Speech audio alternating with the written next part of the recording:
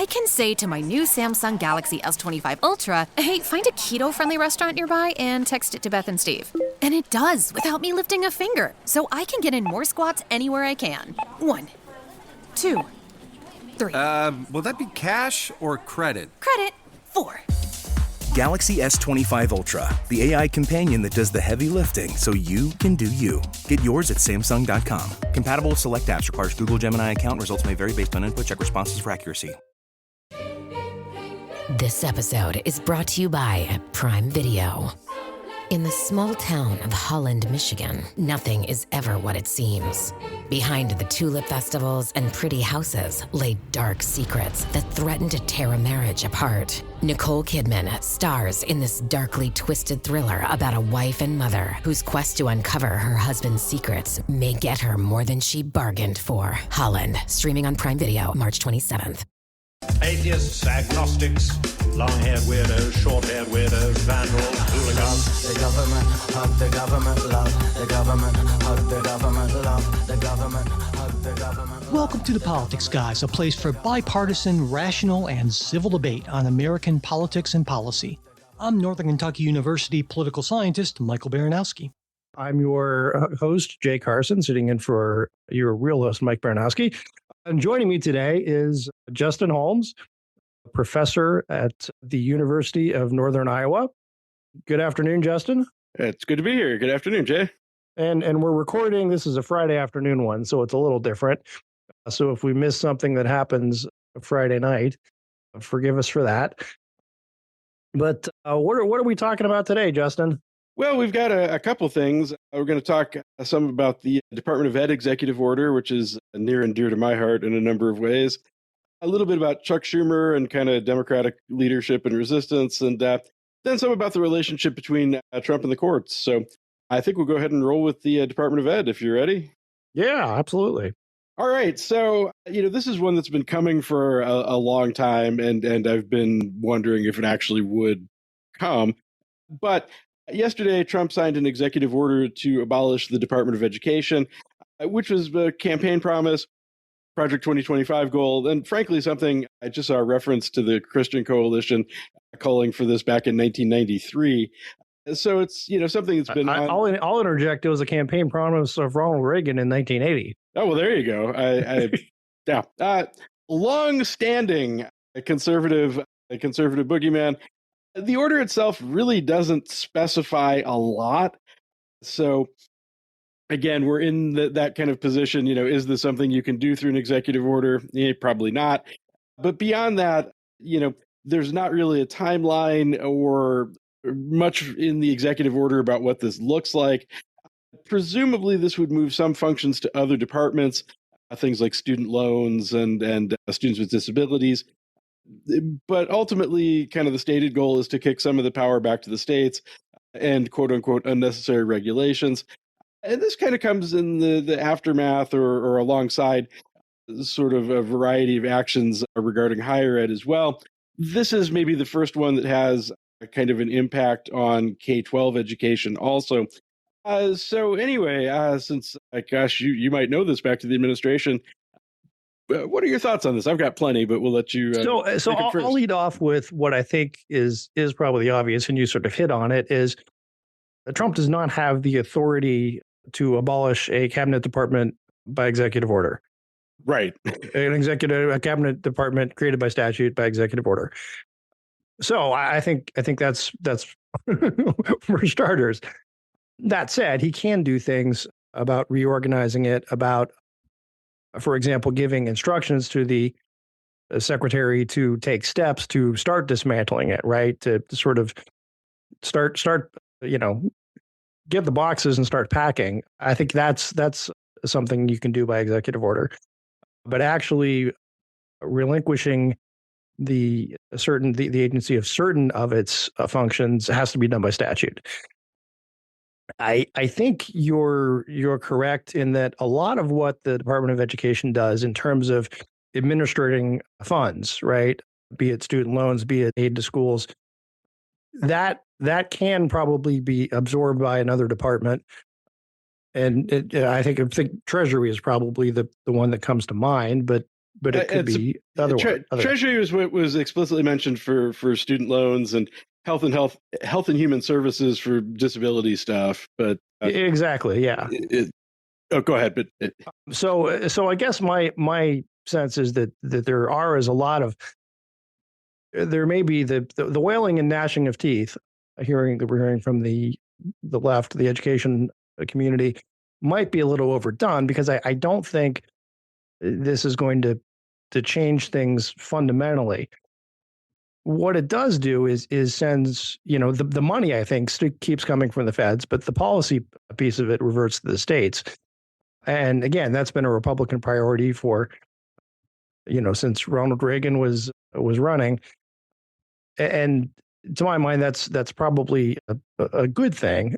I expect you might disagree on that, but I think that's the when you have a state Department of Education that's closer to the actual students that are being educated there, has a better pulse of what's going on in that state, has a better pulse of what needs to be done in that state, I think you're going to see more efficiencies.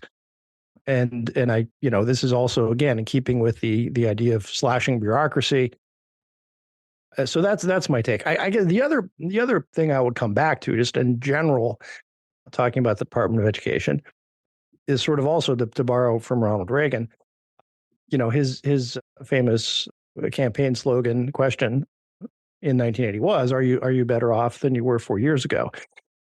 And I think that could be asked for about the Department of Education. It came into being in, you can correct me, I want to say 78, 77, 78. Around then, yeah. And I think around when I came into being, in fact. Exactly, yes. Well, I would, with all due respect, I think you've been much more productive and much more of a boon to education in the United States than the department has. Your flattery gets you everywhere, but yeah. Yeah, so I know, but I think a lot of folks, you'd be hard pressed to say, wow, the state of American education is a lot better, or even a little better than it was back then. You can make an argument about, well, maybe there's more access now because of the loans and so forth. But that raises the question again of, do you need a Department of Education to do that? Do you even need federal assistance to do that?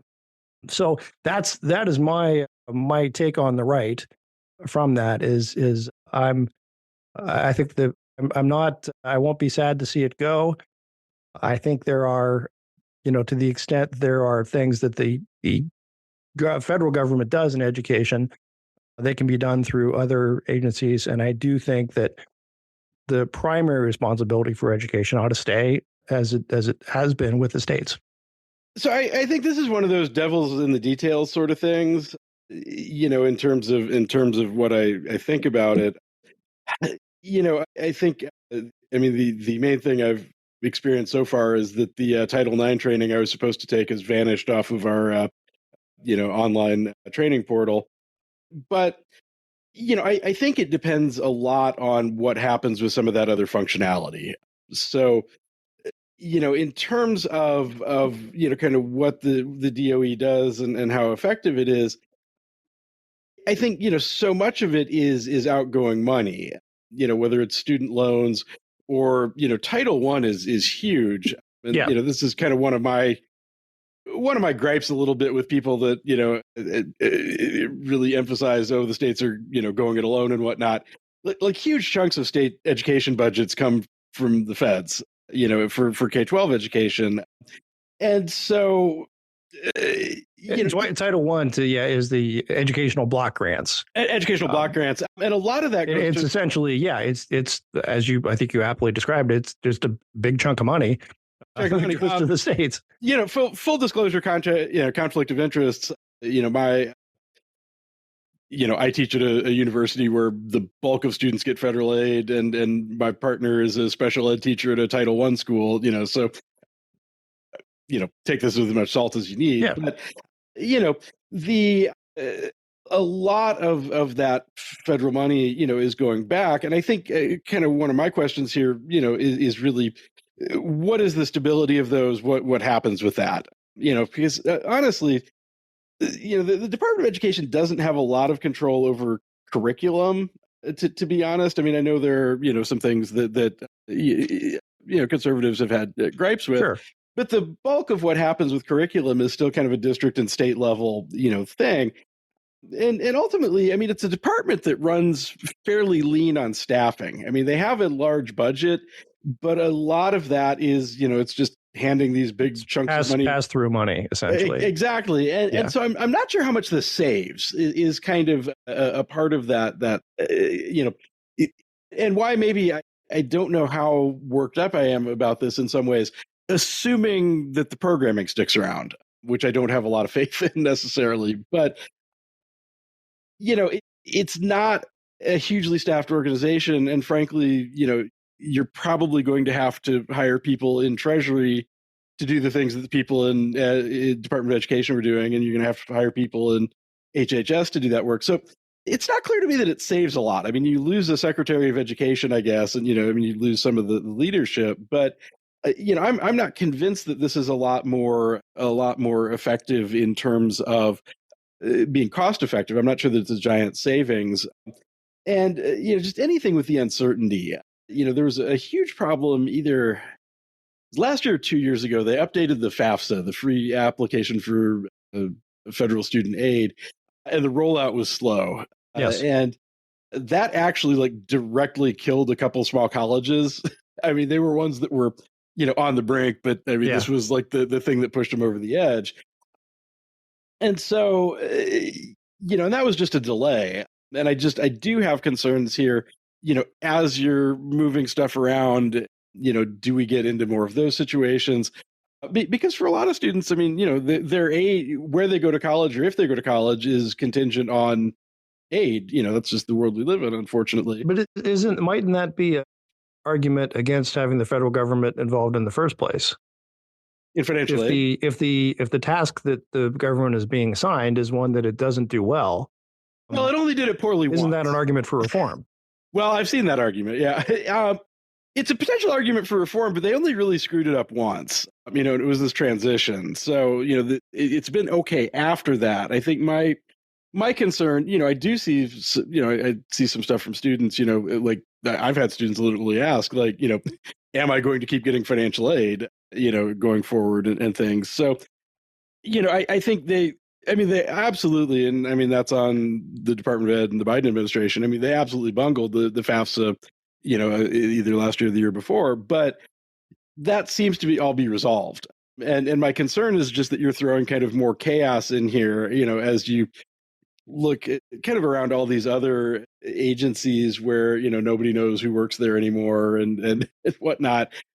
I have some real concerns about how this gets administered because, I mean, there is, there are things you could do certainly to streamline the process. It's a confusing one. There is a fair amount of customer service that needs to happen, around financial aid and such. And so, kind of throwing that into whatever happens next, it certainly concerns me for stability purposes. Okay. No, look, I think those are fair points. And they're largely, what's the word I'm looking for? Logistical issues, right? Is how do we get this done? Who can get this done? Who can get it done efficiently? And I would agree with you that in any type of big change, there are going to be more inefficiencies to begin with before bigger efficiencies are realized. So I think that's a good argument. Yeah. And I guess I'm just skeptical of how many efficiencies there are to realize down the road. There's the Department of Ed spends a lot of money, but I'm not. Here's the efficiency, the political, the philosophical goal. I think that a lot of Republicans have is it's sort of as a statement almost takes the federal government further out of the business of education.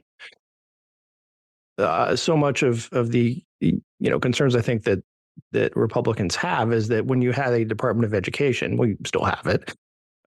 It is also sort of a launching pad, right, or the place for contact for teachers unions and the education bureaucracy, right? That there's sort of this support there. in Washington.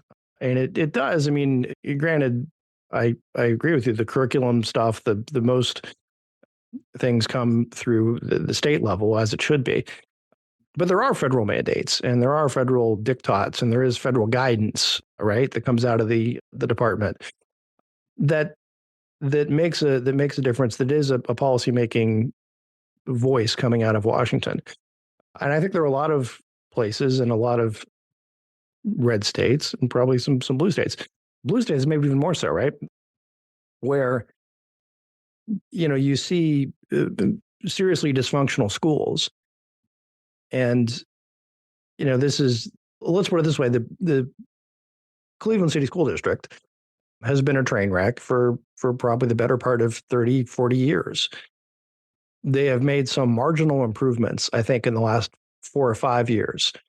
But it's still a matter of, since COVID. I mean, there was an article recently about attendance is something like 50%. So anyway, my point is, whatever federal money is being spent in Washington at the Department of Education, even if it's not that much, certainly isn't helping these places. And the policies that are coming out of the Department of Education and the guidance that's coming out of them has not been helpful, I would say, by and large, for American education. When you look at surveys of what graduates, what skills graduates had, what they knew 20, 30, 40 years ago, and you compare it to the current graduates, I don't think any of those numbers are good. I should take it back. I do think there's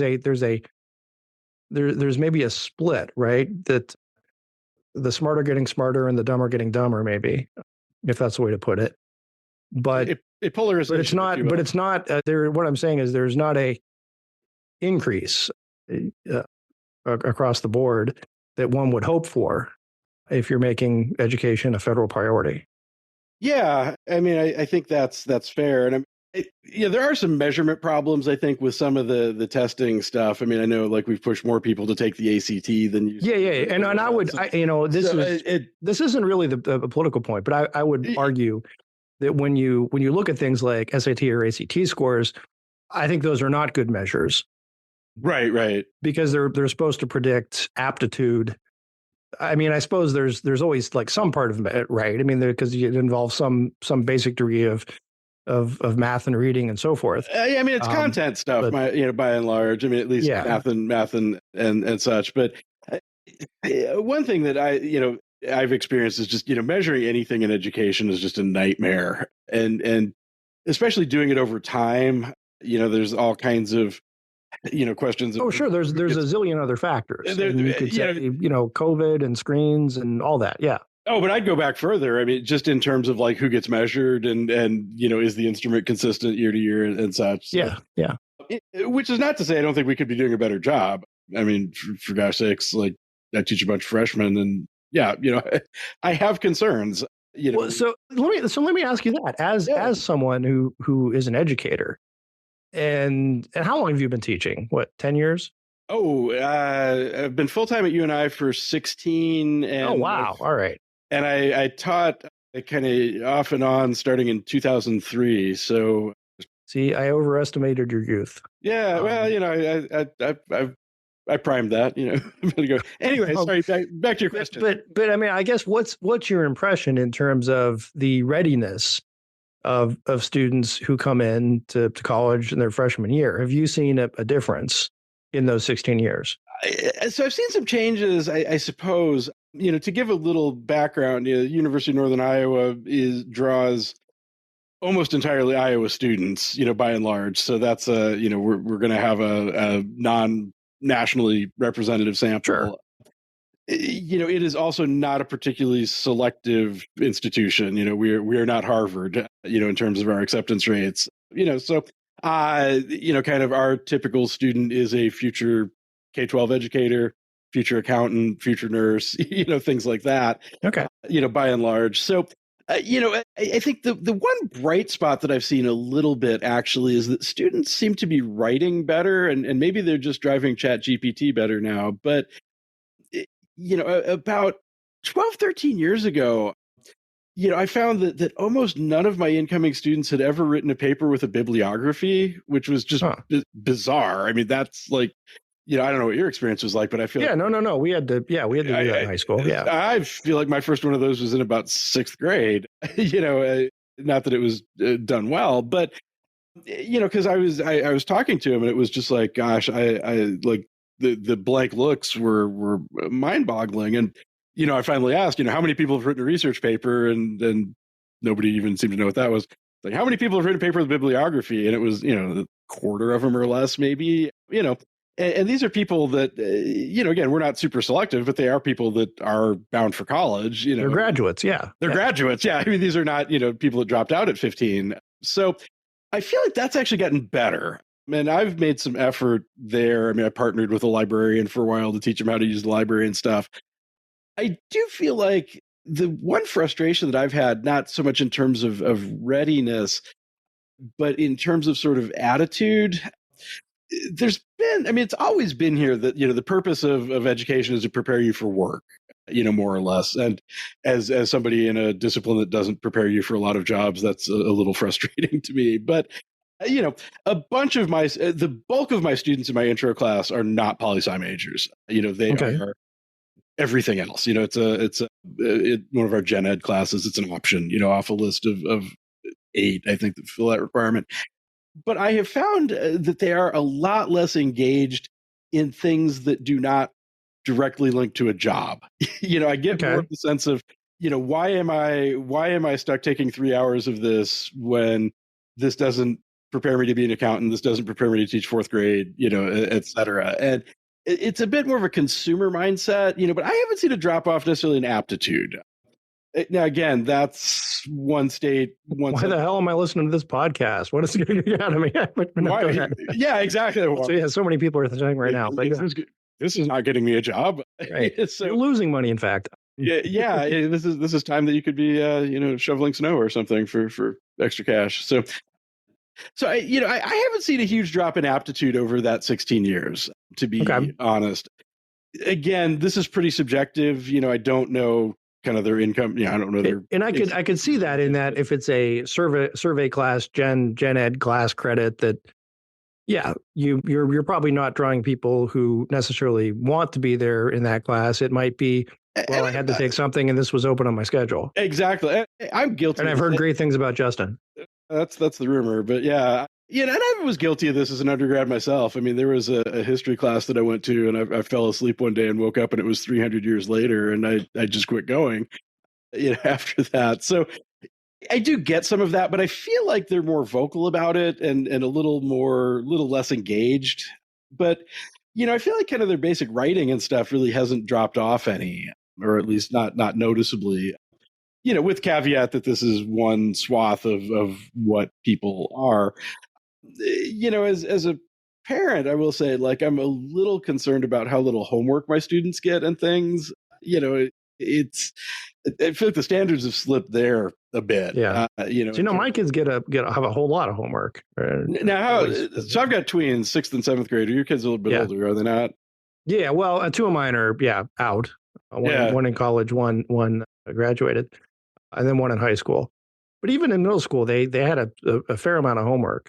Yeah, and mine have not. I do have some concerns sort of about the rigor. I mean, a lot of stuff is just do an app and things like that. We're going to play the math game for a while. So, I wonder. I don't have many of those students yet. So, I'm sort of curious.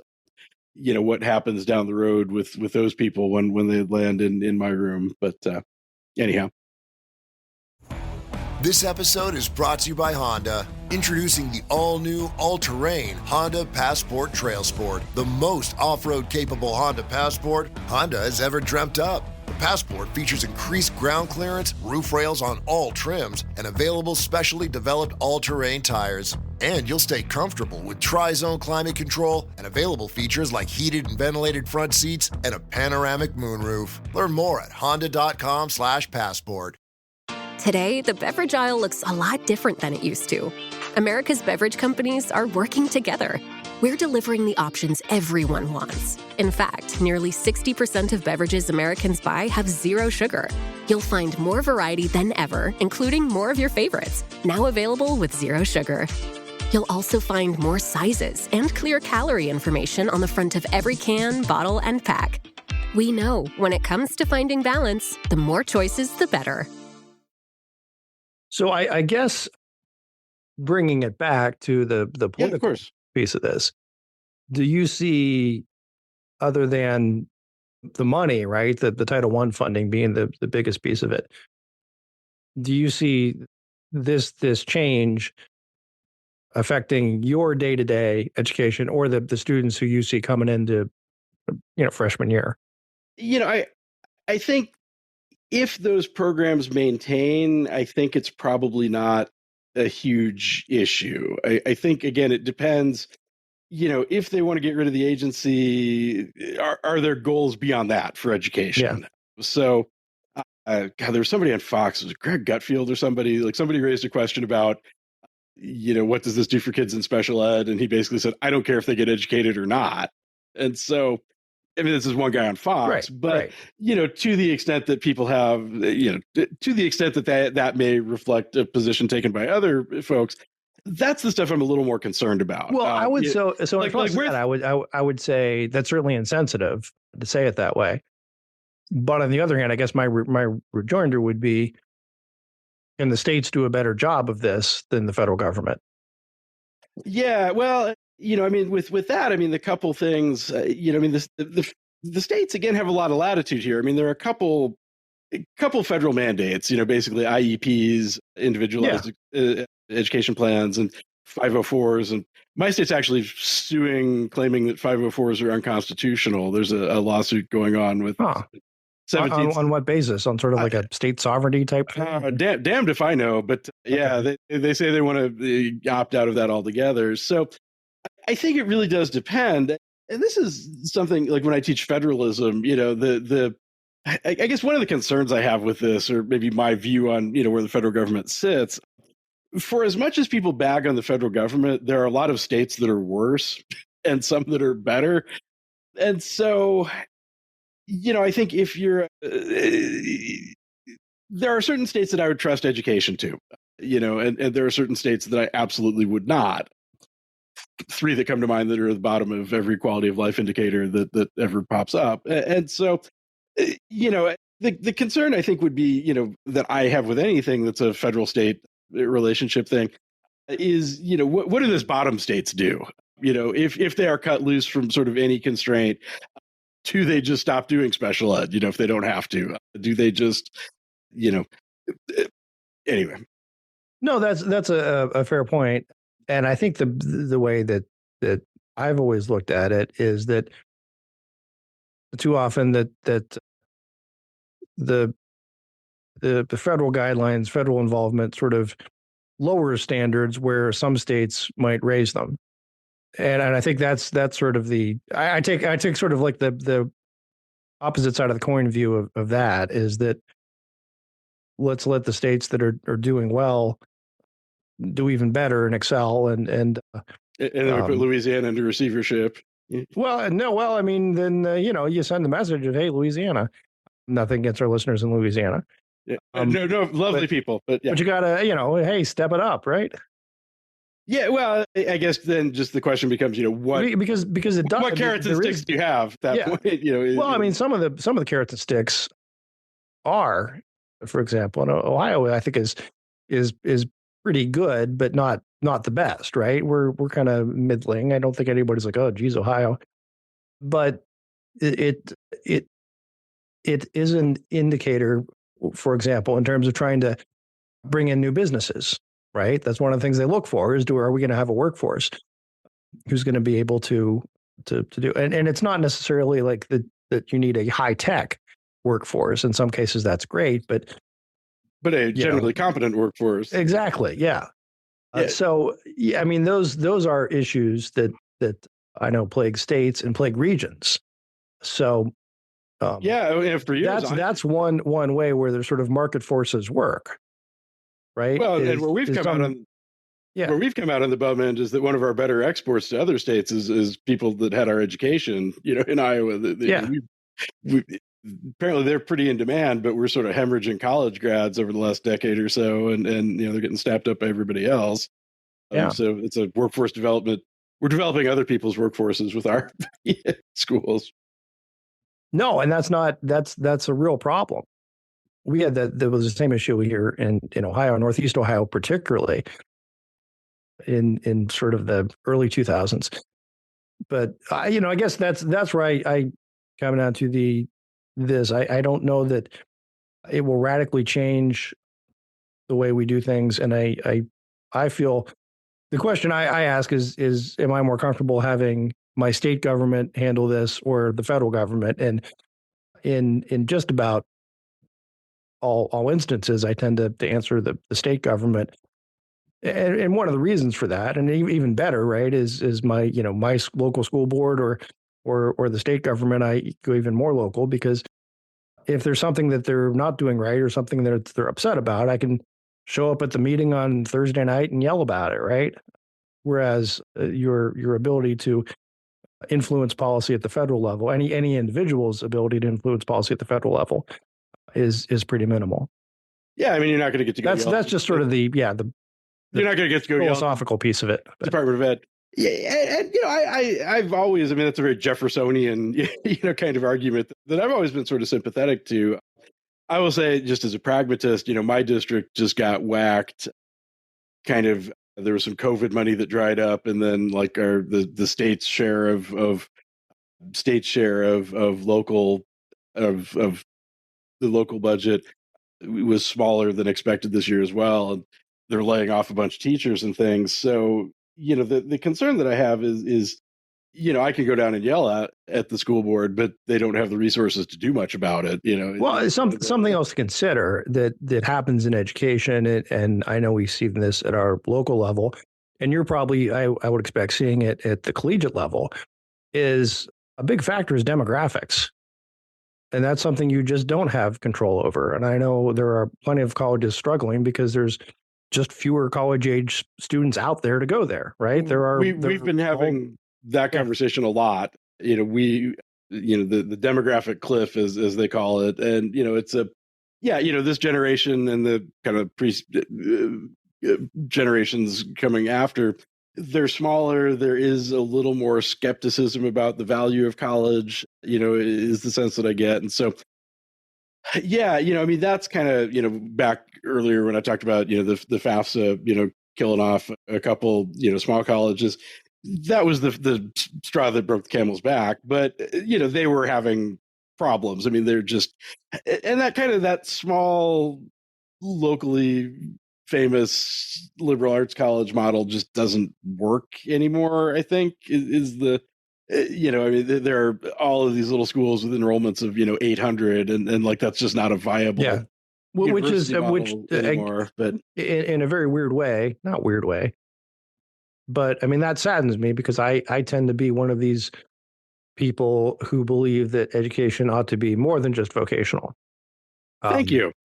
Yeah. And I don't know, maybe that's partly because I'm sort of, whatever, parasite on the system kind of thing anyway. And you know what I mean? Sort of like but I'm a big believer in liberal arts for their own sake. And Mike and I both went to one of those small liberal arts colleges. Yeah.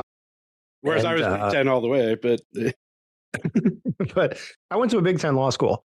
But, in my life, it was sort of, so I did that sort of undergrad broadening my mind and then did the vocational stuff afterwards. And I understand that's not everyone's path. And maybe not everyone ought to be forced down that path. But I think general exposure to, your survey class in poli-sci and, other sort of core stuff you take in college. Oh, I'm a big fan that everybody is important. Not just for the for the love of God, function in society and also biology. Yeah. So yeah. And to be fair, most big colleges have some sort of gen ed liberal arts requirements, but Yeah, I mean, there's something I taught as an adjunct back when I was in grad school. I taught at Gustavus Adolphus, which is a 2,500 student liberal arts college, and it was fantastic. Like it was really like it was on some level what I always had always hoped college would be. It's a bunch of I think they're magnets for slightly nerdy people, and I mean that in the most loving possible way as a nerd myself. And, I think there's something lost there, but I just the economics of a lot of those is just rough. Yeah. Well, and then and we've talked about this a lot, more than I expected. But I'll throw out another question though, and this is more the political question: is it fair then to ask? And this is more in the student loan issue question, right? But the people who just want a purely vocational education, is it fair to ask them to subsidize, arts and crafts for people like the nerdy people like you and me who like that sort of thing? And I think it's as much as my predilection is I think it's important that society funds those sort of things. I can see the other argument of, well, if you like that, have at it, but go fund it yourself. Yeah, well, gosh, boy, we could spend 3 hours on this that nobody wants to hear, probably. But I think it gets to sort of a fundamental question of what is college for and who goes to college. Yeah. On some level, because I mean, gosh, there was a time when were the first law schools? I mean, you used to just apprentice. Well, yeah, it was for years and years. You would just apprentice sort of with another lawyer, and then you would take the bar. You would just sort of read stuff at night, and then it was basically probably the mid 1800s, 1850s, 60s. So yeah, going back, going back, I mean, it was very much, a college education. It was sort of the clergy and kind of finishing school for rich kids, and that was about. And you learn things like Latin and Greek and rhetoric and stuff like that. And exactly, that would not be which I think would be totally fun and super cool. Not super but useful, no, does not help you get a job. It's very much in line with like Plato and Aristotle, and kind of like the education of leadership was kind of like that early kind of 17th, 18th century model, where, Plato, I think, that, he wanted a leader that, knew statesmanship and poetry and music. It was just this idea that, philosopher king, so to speak. And so, I think that was the early thing. And we do have, higher ed just in general is this weird agglomeration of, it's this weird mix of purposes, I suppose. And, then we've attached research onto that, and it's vocational, and it's, we're doing a lot of things simultaneously. In terms of fairness, I think, there is, I guess, that question, in terms of, state funding of education in general, what is that purpose? And I think, unfortunately, a lot of state governments have decided that, no, it's really just job training, more or less, which I don't put down. I'm very adamant with my students, like, do things that will get you paid, but I don't know, I guess in terms of, I feel like the whole blue collar workers subsidizing, useless degrees things is a little bit oversold. I think there aren't very many people in a lot of these quote unquote useless degrees, that are always brought up. And, and beyond that, if you're paying it with loans, we don't have time to talk about forgiveness. Well, that's the question. Yeah. In some cases that's the idea of, well, you're not really paying it in loans, but. Well, yeah, but if you're actually paying the loans back, ultimately, that's, the taxpayer's not really out anything. Unfortunately, the way the repayment works, you pay way more, in interest over the time. So I don't know. And I could also make an argument that the spigot of loans is unnecessarily inflationary. Yeah, I've heard that a lot in terms of cost of higher ed. Yeah, because if there's more money to be had, there's more money that will be soaked up. Yeah, and I think it depends on the institution, to some extent. I think for state schools, at least, one of the bigger issues is that, although perhaps it's enabled by people being able to borrow, states just don't put money into higher ed like they used to, in terms of even from the time that I was an undergraduate. When I went to the University of Illinois, I believe about half the cost of my education was picked up by the state. And I looked it up recently, and Illinois is like 17%. So that money's got to come from somewhere. I suppose the loans enable states to make those cuts, but the flip side, and again, some of this is from my perspective where we run an incredibly lean ship at UNI, but I'm just not sure exactly what we'd cut, on our campus.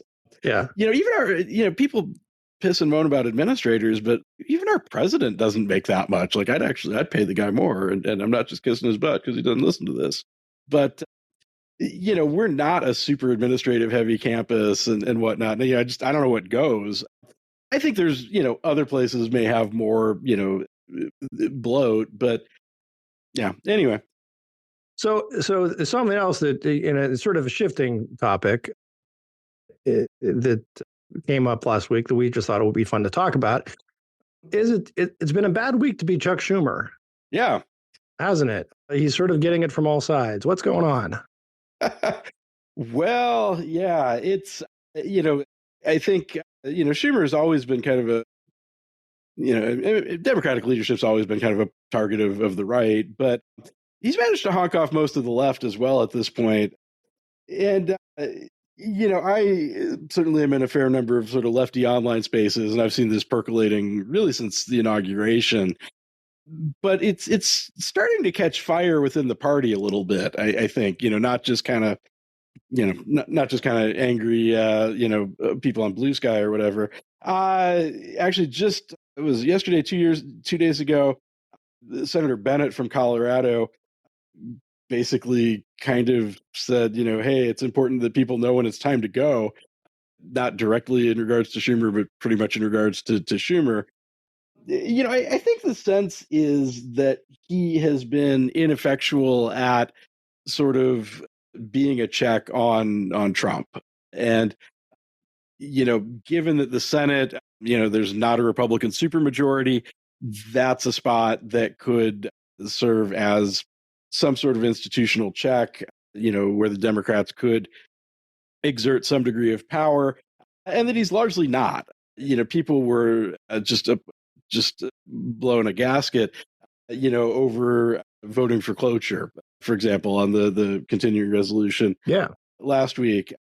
And so to me, I will say, I mean, I think that was the smarter play for Schumer, having lived this on the other side, right, for so many years. The idea that you have all these people in your party who are never going to compromise, and therefore we'll shut down the government. I think that is and always has been a terrible plan. And I think Schumer rightly realized that if the government was shut down, it this time Democrats might be blamed for it. One of my iron rules of politics is that government shutdowns will always be blamed on Republicans. But in this case, that's what I was banking on. But yeah. Well, yeah, and I think there are some in the party who sort of said that say, hey, look, let's shut down the government because Republicans always lose shutdowns. And again, they're not far wrong, but I think this might be a different case. The other, as a Republican, I have to look at the wonderful irony of now Democrats embracing the racist Jim Crow filibuster rule that was so pernicious only a couple years ago. But I've been okay with the filibuster, and I still am. So I like it more now. Exactly. Well, it's less racist now. So I think one of the gripes actually with the people that voted for cloture is that they had been some of the ones that were adamant about keeping the filibuster and then didn't really do anything with it. Didn't use it. Yeah. Didn't use it, so I don't know. I'm sort of indifferent towards the filibuster in a lot of ways. But there's a lot of things you can say of you can use the filibuster for that does not necessarily mean government shutdown. I mean, that could be one of its uses, but the other legislation, the transport bill actually was one that they did that they put the halt on very early on. So they have used it a little bit. I think a phrase that I use a lot and that I think applies here is that, he was dealt a bad hand and didn't play it very well after that. And my gripe on the how he handled the shutdown or lack thereof was just that, in voting for cloture, he really didn't get anything in return. Where the filibuster and cloture are potentially useful is as a way of forcing a compromise of some sort. And I think for a lot of people, including certain other folks, a lot of the Democratic House leadership, several of them have said, look, we stuck our necks out to basically, go on record opposing the budget, and you didn't get a squat, in the end. So, the shutdown thing, I've always thought there was a certain asymmetry in the parties as far as shutdowns go, because oftentimes, I mean, since Republicans are sort of skeptical of the federal government anyway, they don't seem as concerned. So long as you're funding the military and the Social Security checks go out, more power to you. Whereas Democrats want to see stuff keep rolling. But I guess, yeah, I mean, the concerns that I've had with Schumer, I don't know that there was a good answer there. And not to speak for Mike too much, but I did see him make a comment sort of sticking up for Schumer last week, as I recall, that he thought that the criticism was undue. I still think that, they could have done more to extract concessions, and I'm not exactly sure what, but the whole lot of nothing that they got is not fantastic. And it's a little hard, I think if we're thinking, tactically here, I think there is a rhetorical difficulty where, Democrats are, holding up Trump as problematic, and I think he is in a lot of ways, but then sort of rolling over. I mean, Schumer actually. That is a problem. If Trump is Hitler, and then that really sort of commands that you do a whole lot about it. Yeah, and Schumer, I think for the first time this week, finally used the phrase "constitutional crisis," and kind of the blowback from various Democrats are like, okay, so what are you going to do about it?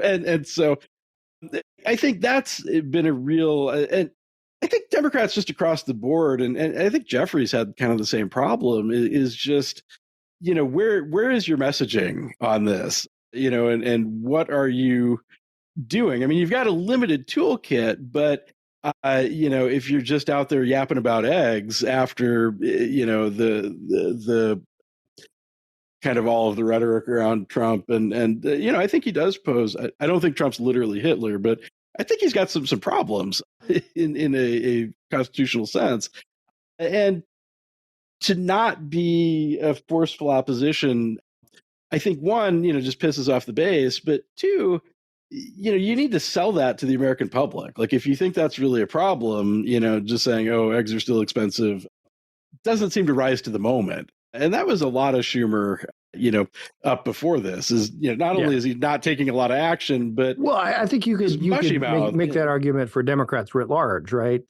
Absolutely. They haven't been able to settle on here's the plan of attack.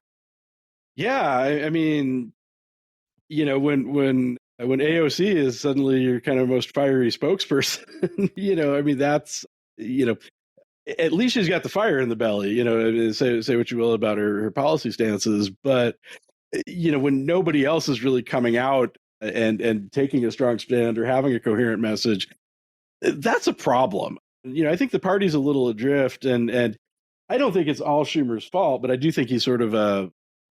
Well, there's a lot of things in politics and in life that aren't one's fault, but they're still laid at one's feet, right? I mean, you can be if you're the head coach of the team, and your star receiver drops a pass in the end zone, it's still kind of your fault, regardless of whole other things that go bad.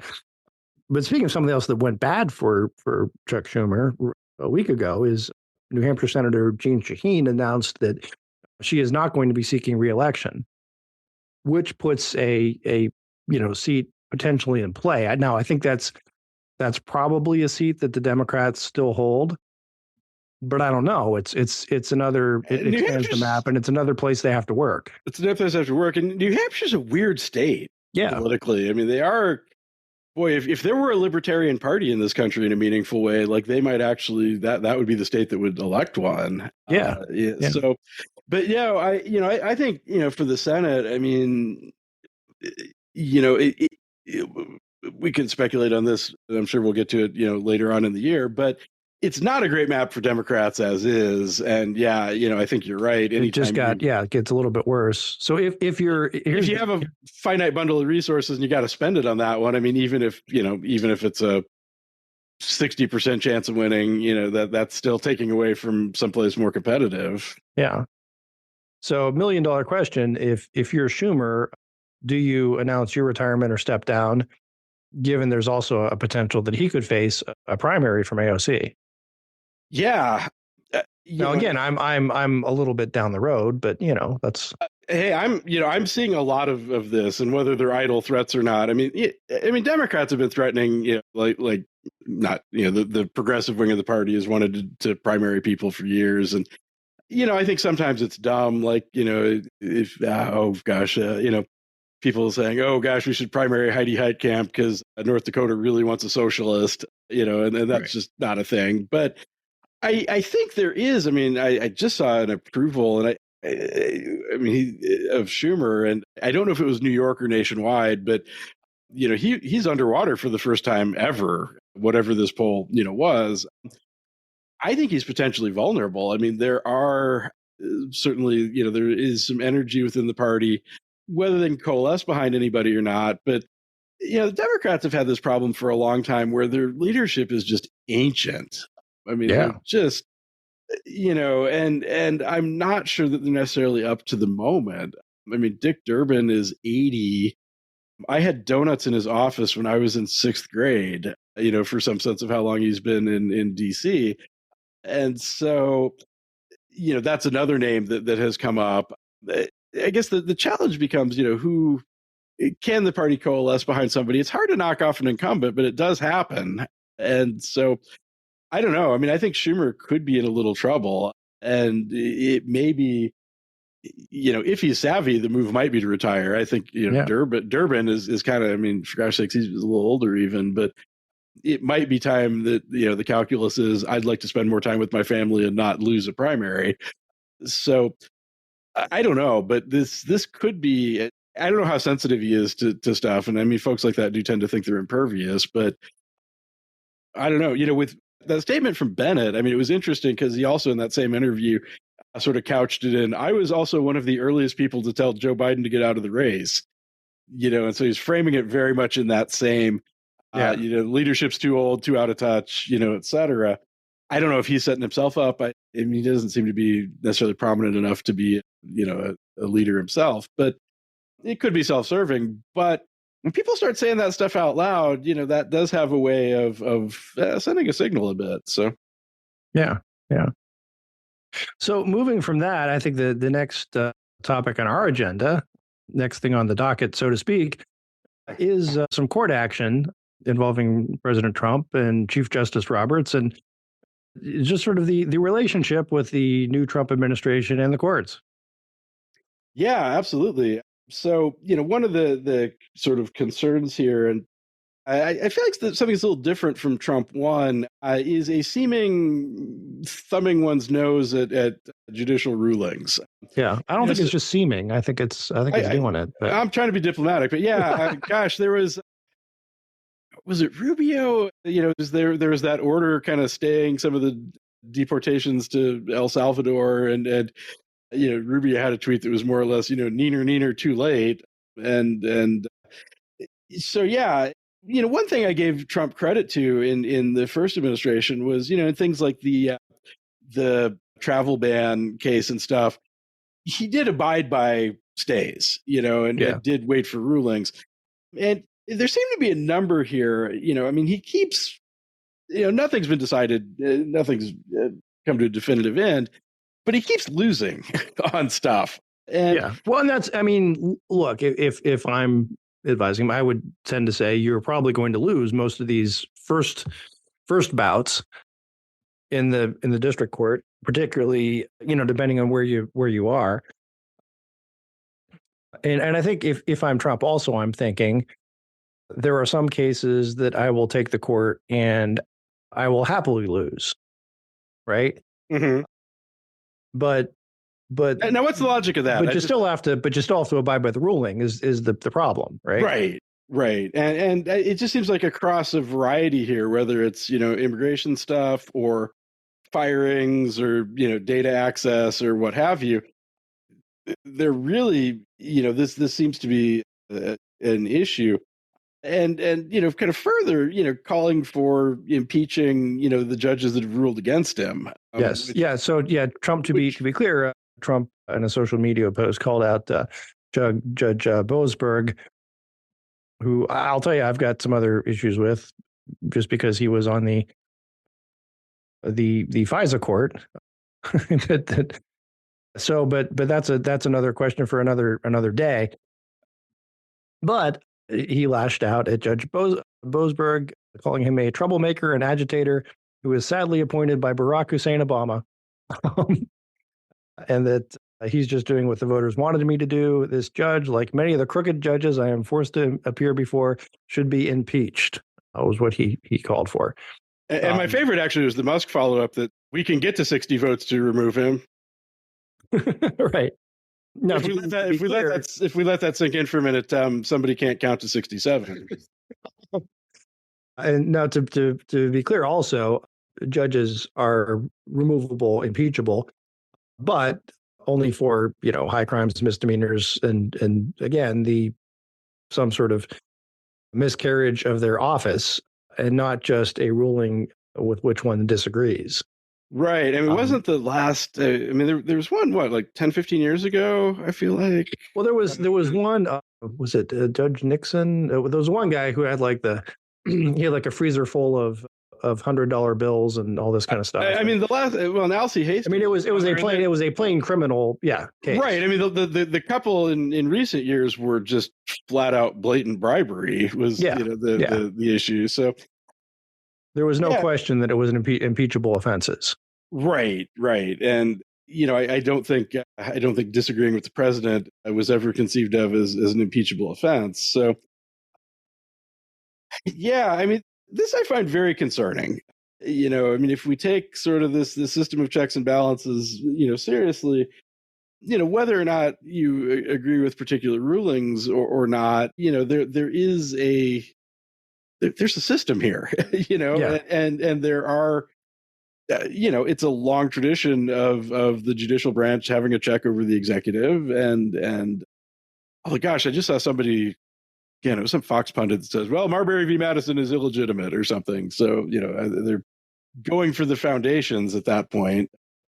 I think this is pretty troubling. And, to get John Roberts to come out and sort of, stick up for the court a little bit, you've got some issues there. Yeah. So what Roberts said was that we do not have Obama judges or Trump judges, Bush judges or Clinton judges. What we have is an extraordinary group of dedicated judges doing their level best to do equal right to those appearing before them. And again, this is unusual that a chief justice would make these sort of statements. Now, some on the right have said, look, where were you when Chuck Schumer was out saying that the Supreme Court was illegitimate? And I think that's a fair question. But he was also kind of on a goodwill tour during that time. I mean, he, several of them were out giving, even if they weren't directly rebutting Schumer, he got more public after that. Yeah. And I guess you can make a distinction between, well, maybe you can't, in terms of like Biden, for example, saying, well, the Supreme Court tried to stop me and I'm not going to let them, right, on student loans. Right. As opposed to Trump actually, a sitting president actually calling for impeachment. So I think you probably can draw a line there and say, yeah, this is different in kind and merits. For example, this goes beyond mere political rhetoric, and this requires the chief to address it. That said, I mean, I think the Chief Justice is right to address it. Yeah, absolutely. I'm not going to knock him on that. And I mean, look, there's a political risk for the court, in that Alexander Hamilton described them as the weakest branch, or the branch least to be feared. I think what were his words. Close to the second one, I think. That's what Federalist 78, maybe. Anyway. It is federal 78, I believe. Yeah. But in any way, the idea is because the courts only doesn't have the power of the sword, doesn't have the power of the purse, it merely has the power of judgment. And that judgment is always dependent on the public's willingness to buy into that judgment, right?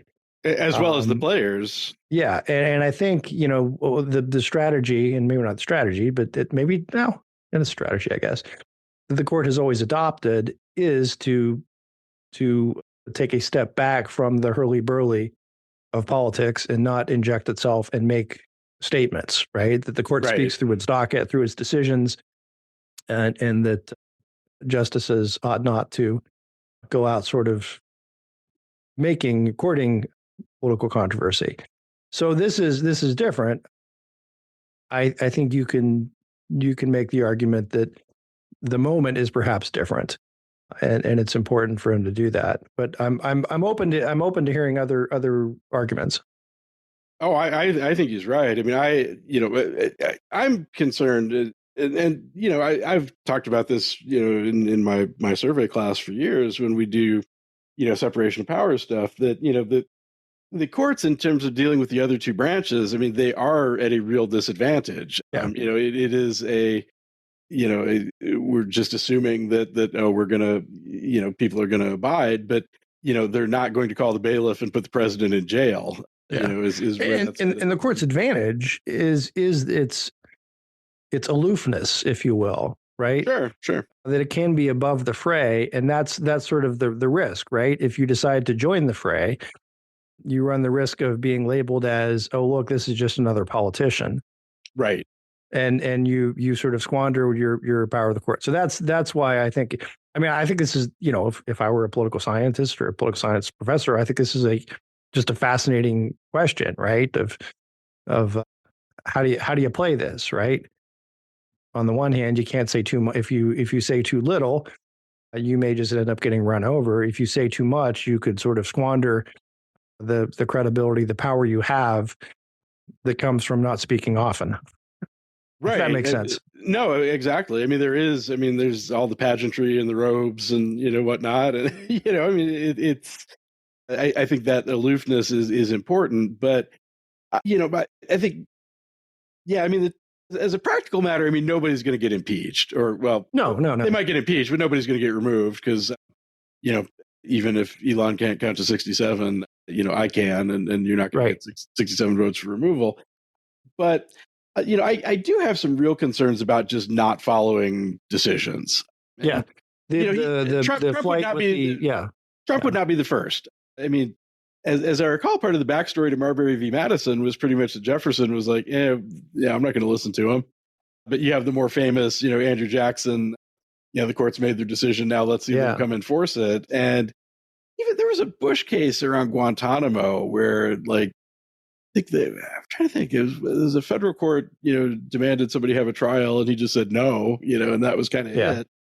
And Biden on student loans. So, it happens, but kind of the amount of it that's happening and the very defiance of it, this is kind of a red flag for me. And Schumer and his ever shifting goalpost, but, he kind of alluded to the idea that, well, we'll be in a constitutional crisis if he ignores a Supreme Court decision. But gosh, ignoring all the intermediate steps seem awfully bad as well. Well, even if it's not a constitutional crisis, to me, it's one of these things where it's terrible optics, and it's a problem you don't need to have, right? I think if I'm, and I don't know, maybe I'm wrong. This is my show. I just kind of spout off whatever I think. But if I'm Trump, I think there's maybe more political advantage in saying, hey, look, I'm doing my best, but look at these crazy liberal Obama appointed judges, right? Because I think that's fair. I think that's a fair. There's a difference between saying, look, I think this decision's ridiculous and it's against the will of the voters, yada yada yada, and saying this judge needs to be impeached. I think you can draw, because again, I think that's a bright line, and I guess just for me also, I mean, even the rhetoric is to me pales in comparison to just ignoring court orders. Right. Yeah, you can. It's one thing to say I think the judge is wrong, or even I think the judge is crooked. But it's if you're not following the order, you're not following the order, and you're in contempt of court. And even I'm guessing that you would be the idea of sanctioned like, well, the plane's already taken off, and this sort of thing.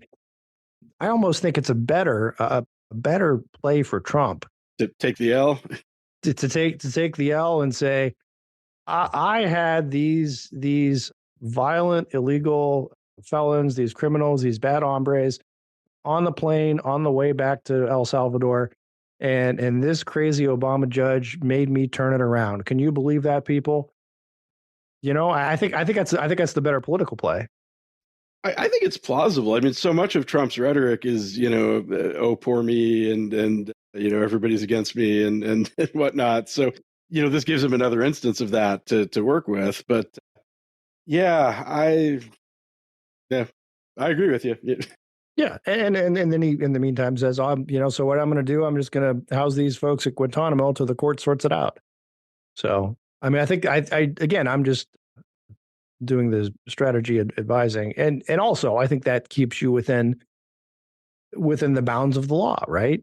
You are obeying the court order while you appeal it. Yeah, which Trump 1 did, by and large. So that's. I mean, he's always bristled at the idea that there were checks on his authority. And I think on some levels, he's got like a third grader's conception of what presidents are. But, it is this, I will just, steamroll anybody that gets in my way. But, in the olden days, it was just, griping about it. So, look, I do think that there's a case to be made, an important case to be made, on asserting the vigor, if you will. That's another word from Alexander Hamilton. That we have a vigorous executive. Mm-hmm. I think it was Hamilton, unless it was Madison. I get confused with some of those. I will look at it. I mean, the odds are it was Hamilton. But that was part of the idea that you would have this executive who could get stuff done and do stuff, because that was sorely lacking under the Articles of Confederation. Right. And I think there are certain places where it would be inappropriate for a court to hem in a president's power. For example, J.D. Vance's statement, which he made about, that, it would be wrong for courts to order generals what to do. And everyone got sort of exercised about that. And well, no, that's exactly right. That largely makes sense.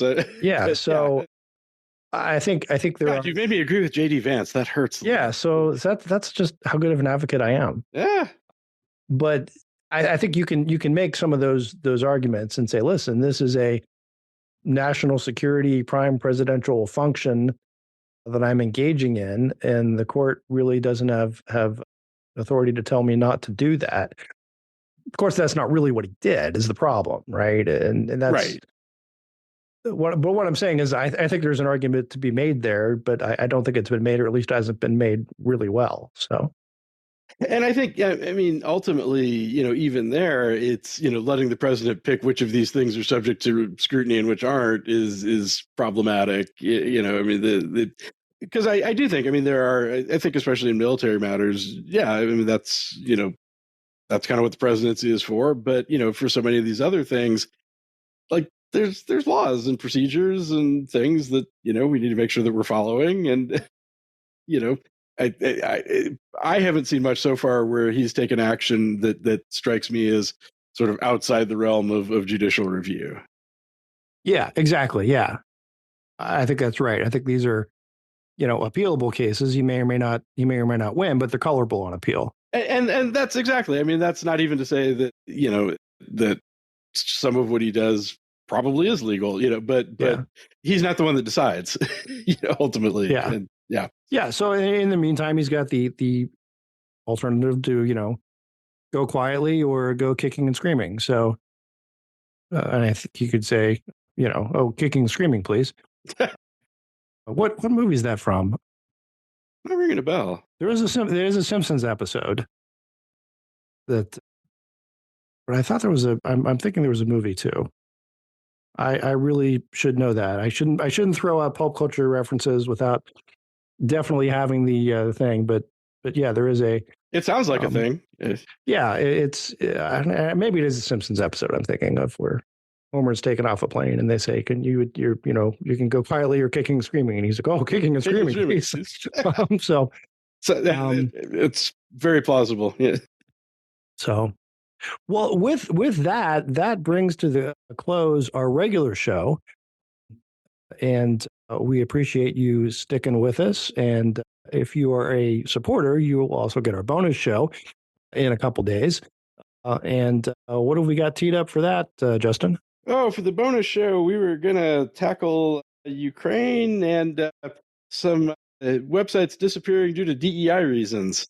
And and probably other just miscellanea and other stuff that pops up. Things that tickle our fancy along the way. The bonus show.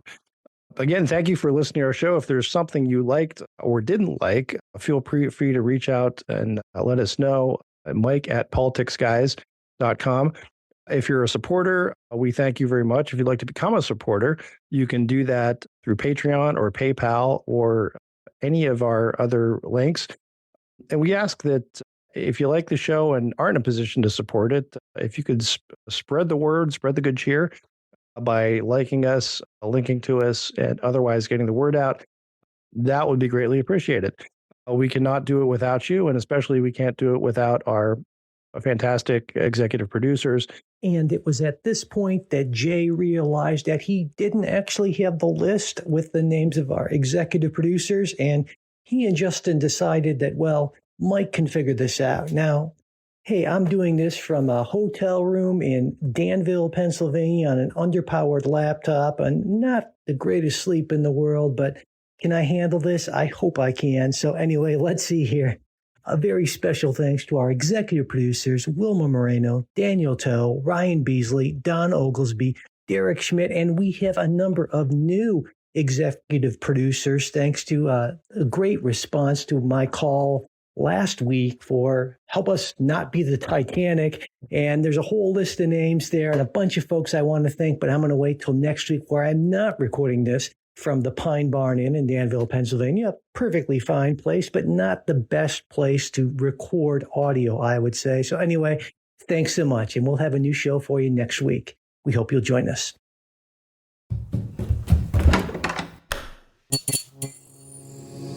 This podcast is part of the Democracy Group,